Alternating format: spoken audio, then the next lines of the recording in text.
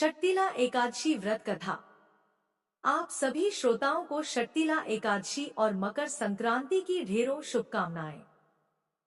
सनातन धर्म में एकादशी का बहुत विशेष महत्व है। हर साल माघ माह के कृष्ण पक्ष की एकादशी तिथि को शक्तिला एकादशी का व्रत रखा जाता है। मान्यता है कि इस दिन जो भी भक्त भगवान विष्णु के लिए व्रत रखते हैं, उनके जीवन में कोई भी कष्ट और रोग नहीं रहता है। इस दिन भगवान विष्णु की कथा सुनने का विधान भी बताया गया है। शक्तिला एकादशी के दिन तिल का उपयोग करना सबसे शुभ माना जाता है। शक्तिला एकादशी भगवान विष्णु को समर्पित है। इस दिन जो व्यक्ति भगवान विष्णु की विधिवत पूजा करता है, उसे सभी पापों से मुक्ति मिलती है। शक्तिला एकादशी के दिन तिल का दान करना सबसे शुभ माना जाता है।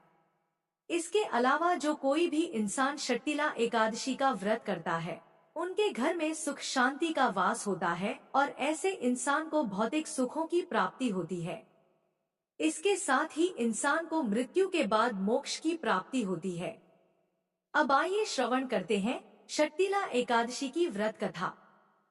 प्राचीन काल की बात है, जब भारतवर्ष की पुण्यधरा पर ऋषियों का तप और देवताओं का आशीर्वाद प्रत्यक्ष रूप से अनुभव किया जा सकता था।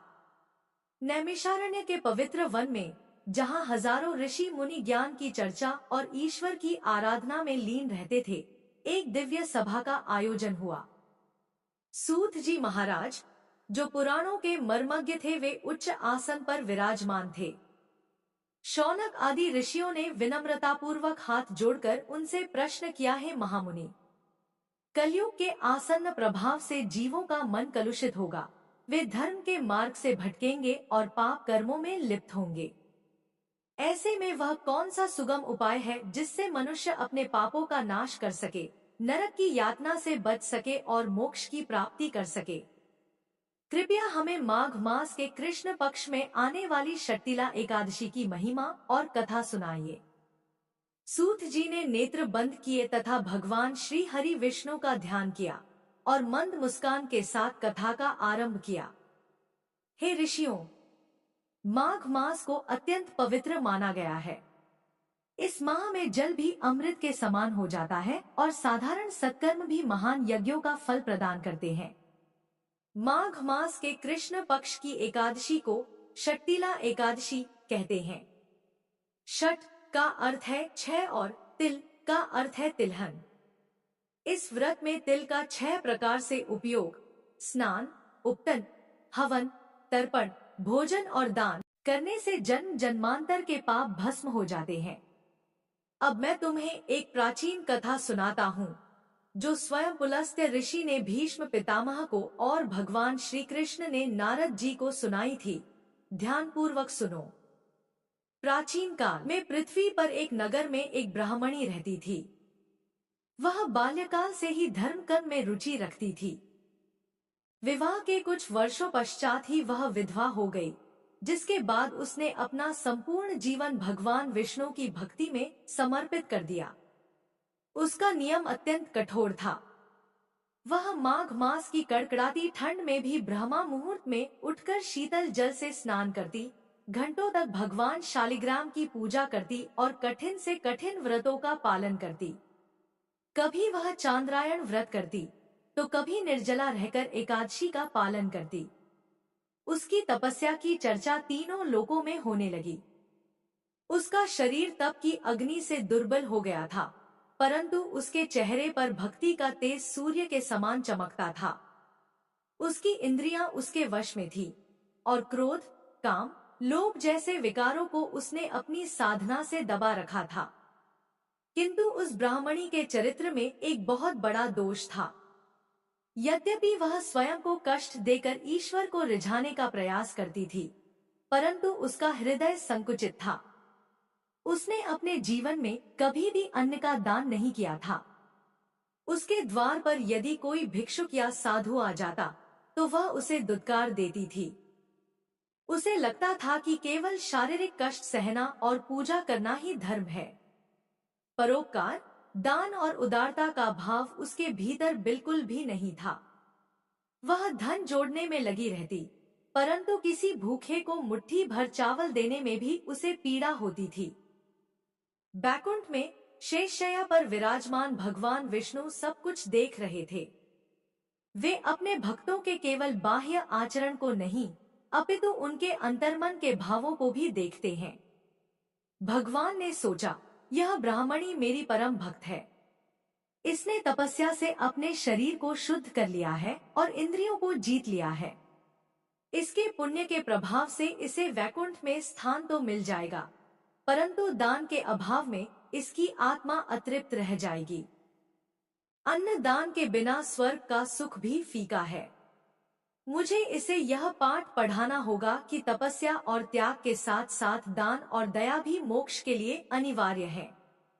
यह विचार कर भगवान विष्णु ने एक लीला रची।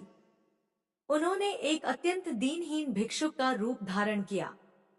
उनके वस्त्र फटे हुए थे, हाथ में एक पुराना भिक्षा पात्र था और शरीर जर्जर था।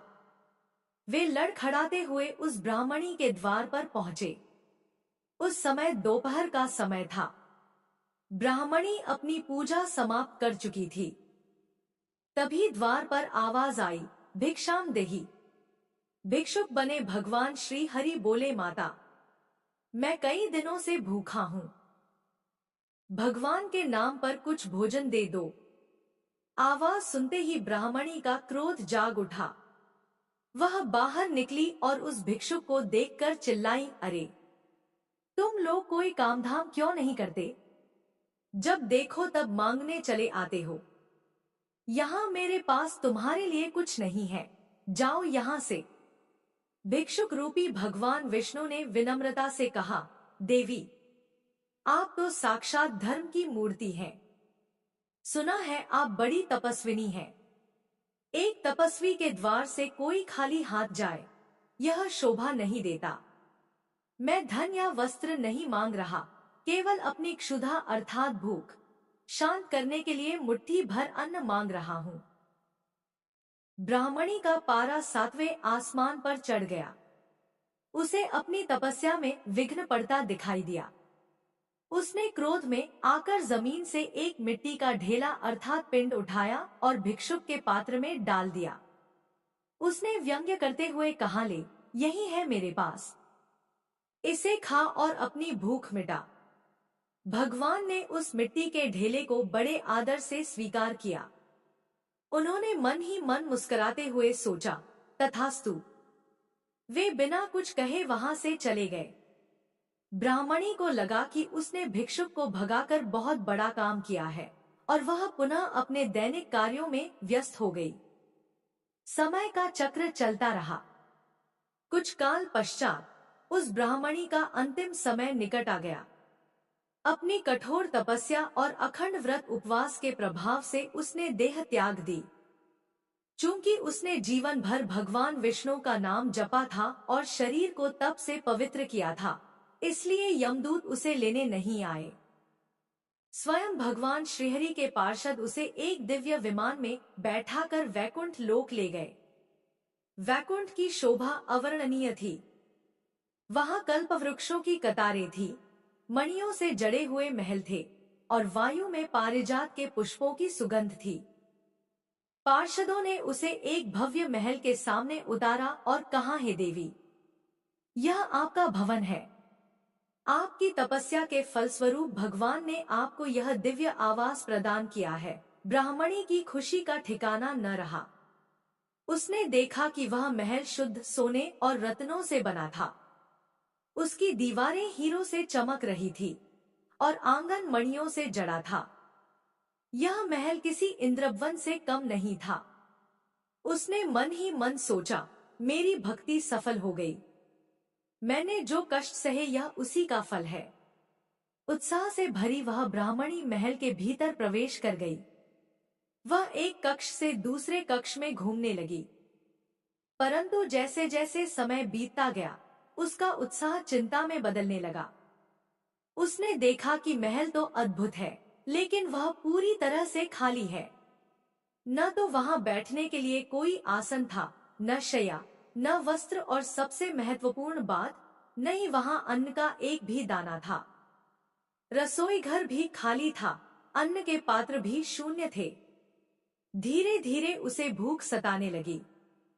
वैकुंठ में पहुंचकर भी भूख और प्यास ने उसका पीछा नहीं छोड़ा था। वह भूख से व्याकुल हो उठी। यह कैसा स्वर्ग है, यह कैसा मोक्ष है। इस प्रकार वह बड़बड़ाने लगी। इतना विशाल स्वर्ण भवन, पर खाने को एक निवाला नहीं। क्या मैं यहाँ भूखी रहूंगी? उसकी व्याकुलता बढ़ती गई। स्वर्ण की दीवारें उसे खाने को नहीं दे सकती थी। हीरे मोती उसकी प्यास नहीं बुझा सकते थे। तब उसे स्मरण आया कि यह सब भगवान विष्णु की लीला हो सकती है। वह क्रोध और पीड़ा मिश्रित स्वर में पुकारने लगी, हे प्रभु, हे जगत पालक, मैंने जीवन भर आपकी सेवा की, कठिन व्रत किए, अपना शरीर सुखा दिया। आपने मुझे यह महल तो दिया, लेकिन इसमें भोग की कोई सामग्री क्यों नहीं है? क्या आपकी भक्त यहाँ भूखी मरेगी? उसकी करुण पुकार सुनकर भगवान विष्णु प्रकट हुए। वे उसी भिक्षुक के रूप में नहीं, अपितु अपने चतुर्भुज दिव्य स्वरूप में थे। उनके मुख पर वही रहस्यमयी मुस्कान थी जो उस दिन भिक्षुक के रूप में थी। भगवान बोले, हे देवी, तुम मेरी परम भक्त हो, इसमें कोई संदेह नहीं। तुम्हारी तपस्या ने तुम्हें यह दिव्य लोक और यह स्वर्ण महल प्रदान किया है, परंतु तुम इस महल की शून्यता का कारण जानती हो? ब्राह्मणी ने अश्रुपूरित नेत्रों से कहा, नहीं प्रभु, मैं अज्ञानी हूँ। कृपा करके मुझे बताइए कि मेरे पुण्य में कहाँ कमी रह गई। भगवान ने गंभीरता से उत्तर दिया, पुत्री, तुमने तपस्या से शरीर को तो साधा, परंतु अपने मन के लोभ को नहीं त्याग सकी। यह सृष्टि कर्म के सिद्धांत पर चलती है। यहाँ वही प्राप्त होता है जो तुमने दिया है। तुमने जीवन भर अन्न का दान नहीं किया। जब मैं भिक्षुक बनकर तुम्हारे पास आया तो तुमने मुझे मिट्टी का ढेला दिया। उसी मिट्टी के दान के फलस्वरूप तुम्हें यह महल मिला है, क्योंकि मिट्टी ही पृथ्वी तत्व का आधार है और उसी से ईंट पत्थर सोना उपजता है। चूंकि तुमने अन्न नहीं दिया, इसलिए तुम्हारे घर में अन्न नहीं है। तुमने मुझे जो दिया, मैंने उसे कई गुना करके तुम्हें लौटा दिया है, एक मिट्टी के ढेले के बदले यह स्वर्ण महल। लेकिन अन्न के अभाव को मैं कैसे भरूं? दान के बिना पुण्य अधूरा होता है। यह सुनकर ब्राह्मणी सन्न रह गई। उसके पैरों तले से जमीन खिसक गई। उसे उस दोपहर की घटना याद आ गई जब उसने क्रोध में भरकर भिक्षुक को मिट्टी दी थी। उसे अपनी भूल का गहरा एहसास हुआ। वह रोते हुए भगवान के चरणों में गिर पड़ी और बोली, प्रभु, मुझसे घोर अपराध हुआ। अज्ञानतावश मैं दान का महत्व नहीं समझ सकी। अब मेरा क्या होगा? क्या मैं अनंत काल तक इस स्वर्ग में भूखी ही भटकती रहूंगी? कृपा करके मेरा उद्धार करें। मुझे कोई उपाय बताएं जिससे मेरी यह भूल सुधर सके। भगवान विष्णु तो करुणा के सागर हैं। भक्त के सच्चे पश्चाताप को देखकर उनका हृदय पिघल गया। उन्होंने कहा, देवी, निराश न हो, अभी भी सुधार का अवसर है। यद्यपि तुम शरीर त्याग चुकी हो, परंतु वैकुंठ में भी कर्मों का परिमार्जन संभव है। मैं तुम्हें एक उपाय बताता हूँ, जिससे तुम्हारे इस खाली भवन में धन धान्य और अन्न के भंडार भर जाएंगे और तुम्हें पूर्ण तृप्ति प्राप्त होगी। ब्राह्मणी ने उत्सुकता से पूछा, हे नाथ, शीघ्र आज्ञा दे, मैं हर प्रायश्चित करने को तत्पर हूँ। भगवान ने कहा, अब तुम अपने इस महल के भीतर जाओ और द्वार बंद कर लो। कुछ समय पश्चात देवलोक की अप्सराएं और देव कन्याएं तुम्हें देखने आएंगी। वे तुम्हारी तपस्या की चर्चा सुनकर तुमसे मिलने को उत्सुक हैं। जब वे आए और द्वार खोलने को कहें, तो तुम द्वार मत खोलना। तुम उनसे कहना कि वे पहले तुम्हें शक्तिला एकादशी के व्रत का महात्म्य और विधि सुनाएं। जब तक वे तुम्हें यह कथा न सुना दे, तुम उनके दर्शन मत करना। उस व्रत के महात्म्य को सुनने मात्र से और फिर उसका मानसिक संकल्प करने से तुम्हारा यह दोष मिट जाएगा। इतना कहकर भगवान अंतर्ध्यान हो गए। ब्राह्मणी ने प्रभु की आज्ञा शिरोधार्य की। वह अपने सूने स्वर्ण महल के भीतर गई और अंदर से द्वार बंद कर लिया। वह प्रतीक्षा करने लगी कि कब देव कन्याएं आए और कब उसे अपने पापों से मुक्ति का मार्ग मिले। उसके मन में अब अहंकार नहीं, अपितु केवल पश्चाताप और ईश्वर के वचनों पर विश्वास शेष था। वह समझ चुकी थी कि केवल स्व के लिए जीना धर्म नहीं है, सर्व के लिए त्याग करना ही असली पूजा है। भगवान विष्णु के आदेशानुसार वह ब्राह्मणी अपने भव्य किंतु रिक्त स्वर्ण महल के भीतर प्रविष्ट हुई और उसने मुख्य द्वार को भीतर से बंद कर लिया। अब वह नितांत अकेली थी। बाहर बैकुंठ का अलौकिक सौंदर्य था, परंतु भीतर केवल शून्यता और सन्नाटा। हीरों से जड़ी दीवारें उसे चिढ़ा रही थी। वह मणियों के फर्श पर बैठ गई। उसका मन घोर विषाद से भरा हुआ था। उस एकांत में उसे अपने जीवन का चलचित्र स्पष्ट दिखाई देने लगा। उसे स्मरण हो आया कि कैसे उसने जीवन भर केवल स्व के उद्धार की चिंता की। उसने सोचा था कि शरीर को सुखाना ही तप है, परंतु आज उसे समझ आ रहा था कि आत्मा का विस्तार दान में है। हाय, मैंने व्यर्थ ही अपने अन्न के भंडार भरे रखे। यदि मैंने उस अन्न को किसी भूखे को दिया होता तो आज यह स्वर्ण भवन अन्नपूर्णा के भंडार जैसा होता। मैंने मिट्टी दिया तो मुझे स्वर्ण मिला, परंतु प्राणों की रक्षा करने वाला अन्न नहीं मिला। वह भूख से व्याकुल थी, परंतु यह भूख केवल शारीरिक नहीं थी, यह उसकी आत्मा की अतृप्ति थी। वह समझ गई कि अन्न साक्षात ब्रह्मा है। स्वर्ण की ईंटें क्षुधा शांत नहीं कर सकती। वह आंखें बंद करके भगवान श्री हरि के चरणों का ध्यान करने लगी। उसका अहंकार पूरी तरह पिघल चुका था। अब उसके हृदय में केवल दीनता और प्रभु की आज्ञा के पालन का संकल्प शेष था। वह उस क्षण की प्रतीक्षा करने लगी जब उसे अपनी भूल सुधारने का मार्ग मिलेगा। कुछ समय पश्चात महल के बाहर मधुर नूपुरों की ध्वनि गूंजने लगी। वायु में दिव्य पारिजात पुष्पों की सुगंध और घनी हो गई। देवलोक की अप्सराएं और देवांगनाएं, जिनका सौंदर्य शरद पूर्णिमा के चंद्रमा के समान था, उस ब्राह्मणी के दर्शन हेतु वहां पधारी। उन्होंने सुना था कि पृथ्वी लोक से एक ऐसी तपस्विनी आई है जिसने अपनी कठोर साधना से सशरीर बैकुंठ जैसा पद प्राप्त किया है। वे द्वार पर आईं और उन्होंने देखा कि द्वार बंद है। मुख्य देवांगना, जिसका नाम तिलोत्तमा था, उसने मधुर स्वर में पुकारा, हे पुण्यशालिनी देवी, हम देवलोक की कन्याएं आपके दर्शन की अभिलाषा लेकर आए हैं, कृपया द्वार खोलें।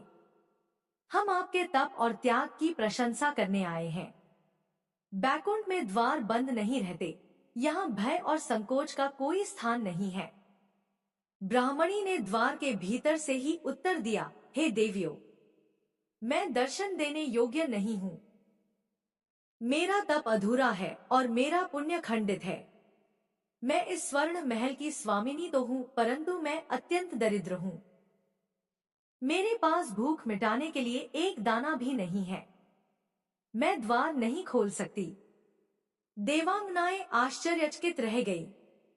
उन्होंने पूछा, देवी, आप बैकुंठ में हैं, जहां इच्छा मात्र से सब कुछ सुलभ है, फिर यह दरिद्रता कैसी? और आप द्वार क्यों नहीं खोल रही हैं? ब्राह्मणी ने भगवान विष्णु के आदेश का स्मरण करते हुए कहा, यह मेरी भूलों का परिणाम है। मैं द्वार तभी खोलूंगी जब आप मुझे मेरे पापों और दरिद्रता के नाश का उपाय बताएंगी। सुना है कि आप सब वेदों और धर्म के मर्म को जानती हैं। यदि आप सचमुच मेरा भला चाहती हैं, तो कृपा करके मुझे शक्तिला एकादशी का महात्म्य और उसकी विधि विस्तार से सुनाएं। जब तक मैं उस परम पवित्र व्रत की कथा नहीं सुन लूंगी, मैं यह द्वार नहीं खोलूंगी। ब्राह्मणी की निष्ठा और व्याकुलता देखकर देवांगनाएं प्रसन्न हुईं। उनमें से एक ज्ञानी देवांगना ने, जो धर्मशास्त्रों की ज्ञाता थी, उसने कहना आरंभ किया। उसकी वाणी वीणा के स्वरों के समान मधुर और पवित्र थी। हे देवी, ध्यानपूर्वक सुनो। तुम्हारा प्रश्न समस्त मानव जाति के कल्याण का द्वार खोलने वाला है। माघ मास जो भगवान माधव अर्थात विष्णु को अत्यंत प्रिय है, उसके कृष्ण पक्ष की एकादशी षट्टिला कहलाती है। यह एकादशी पाप रूपी ईंधन को जलाने के लिए दावानल के समान है और दरिद्रता रूपी अंधकार को मिटाने के लिए सूर्य के समान है। सृष्टि के आरंभ में जब भगवान विष्णु ने लोगों के कल्याण के लिए तप किया, तो उनके पसीने की कुछ बूंदें पृथ्वी पर गिरी। उन दिव्य श्वेत कणों से ही तिल के पौधे की उत्पत्ति हुई। इसीलिए तिल में भगवान विष्णु की शक्ति और पवित्रता का वास है। यह असुरों और पापों का नाश करने वाला परम पदार्थ है। देवांगना ने आगे कहा, हे देवी, जो प्राणी अपने दुर्भाग्य को सौभाग्य में बदलना चाहता है, उसे माघ मास के कृष्ण एकादशी के दिन 6 प्रकार से तिलों का उपयोग करना चाहिए। इसी से इसे षट्टिला कहते हैं। विधि इस प्रकार है। 1 तिल स्नान। एकादशी के दिन ब्रह्मा मुहूर्त में उठकर जल में गंगाजल और तिल मिलाकर स्नान करना चाहिए। यह शरीर के रोम रोम से पापों को धो डालता है। 2 तिल उपटन। स्नान से पूर्व शरीर पर पिसे हुए तिल का उपटन लगाना चाहिए। इससे शरीर के रोग और कांतिहीनता नष्ट होती है। 3 तिल तिलक भस्म। मस्तक पर तिल का तिलक अथवा तिल मिश्रित चंदन लगाना चाहिए, जिससे मन में पवित्र विचारों का उदय होता है। 4 तिलजल तर्पण। स्नान के पश्चात पितरों और देवताओं को तिल मिश्रित जल से तर्पण देना चाहिए। इससे पितरी दोष शांत होते हैं और पूर्वज तृप्त होकर आशीर्वाद देते हैं। 5 तिल भोजन। इस दिन फलाहार में तिल से बने मिष्ठान या तिल मिश्रित आहार ही ग्रहण करना चाहिए। व्रती को स्वयं तिल का सेवन अल्प मात्रा में प्रसाद रूप में करना चाहिए।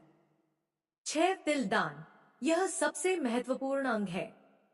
अपनी सामर्थ्य के अनुसार ब्राह्मणों, सत्पात्रों और जरूरतमंदों को तिल, तिल के लड्डू या तिल से भरे पात्र का दान करना चाहिए। हे देवी, शास्त्रों में कहा गया है कि माघ मास में जितने तिलों का दान किया जाता है, प्राणी उतने ही 1000 वर्षों तक स्वर्ग में सुख भोगता है।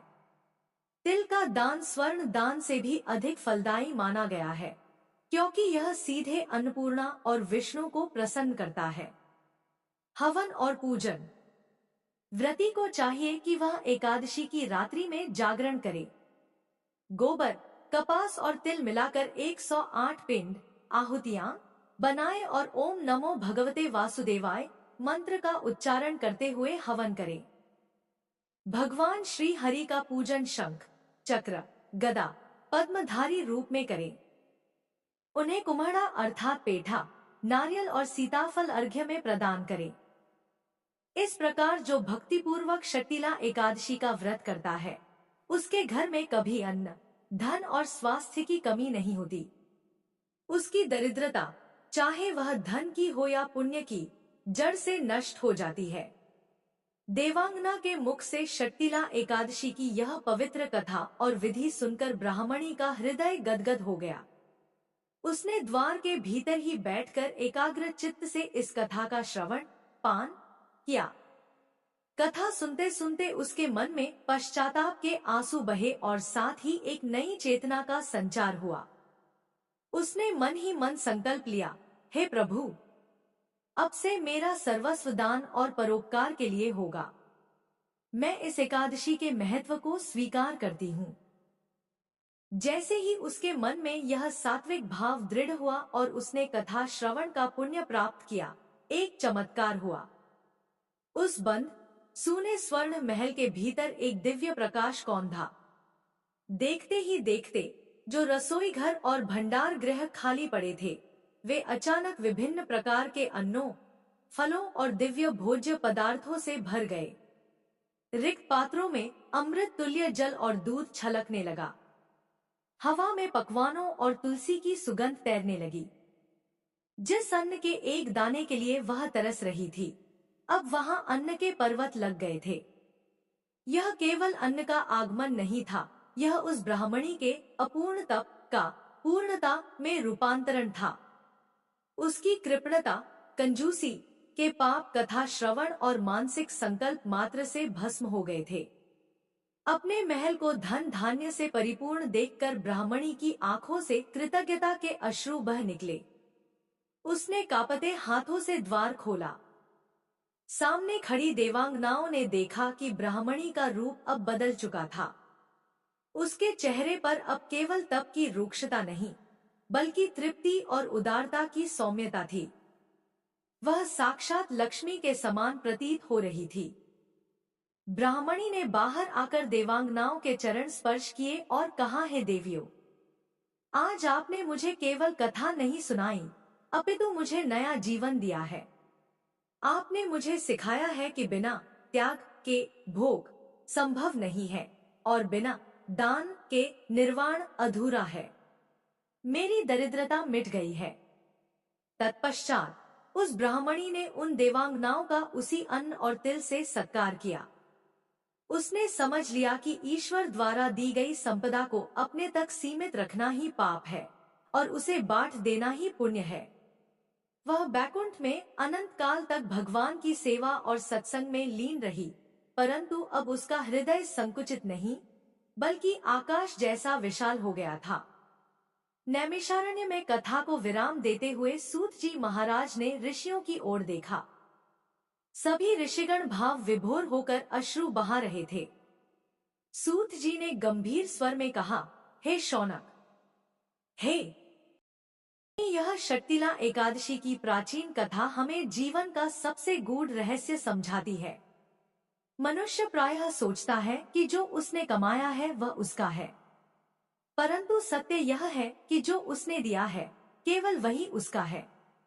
वह ब्राह्मणी तपस्विनी थी, पर कृपण थी, इसलिए उसे स्वर्ण तो मिला पर तृप्ति नहीं मिली। जब उसने तिल का महत्व समझा और दान की महिमा जानी, तभी उसका लोक सुधरा। आता कलयुग के प्राणियों को यह संदेश दो कि वे केवल जी धन संचय में न लगे। माघ मास की शक्तिला का व्रत करें, तिल का दान करें, अपनी आय का एक भाग दीन दुखियों, भूखे और जरूरतमंदों की सेवा में लगाए। याद रखें, अन्नदान महादान है। जो व्यक्ति इस व्रत को विधि विधान से करता है और इस कथा को सुनता या सुनाता है, उसके जन्म जन्मांतर के कायिक, वाचिक और मानसिक पाप नष्ट हो जाते हैं। अंत समय में उसे यमराज का भय नहीं रहता और वह भगवान विष्णु के परम धाम को प्राप्त होता है, जहां भूख, प्यास और मृत्यु का भय नहीं है। सूत जी के वचन सुनकर ऋषियों ने जयघोष किया, बोलो वृंदावन बिहारी लाल की जय, लक्ष्मी नारायण भगवान की जय। समस्त वातावरण भक्तिमय हो गया और ऋषिगण इस पवित्र व्रत का पालन करने का संकल्प लेकर अपने अपने आश्रमों को लौटे। हरे कृष्णा।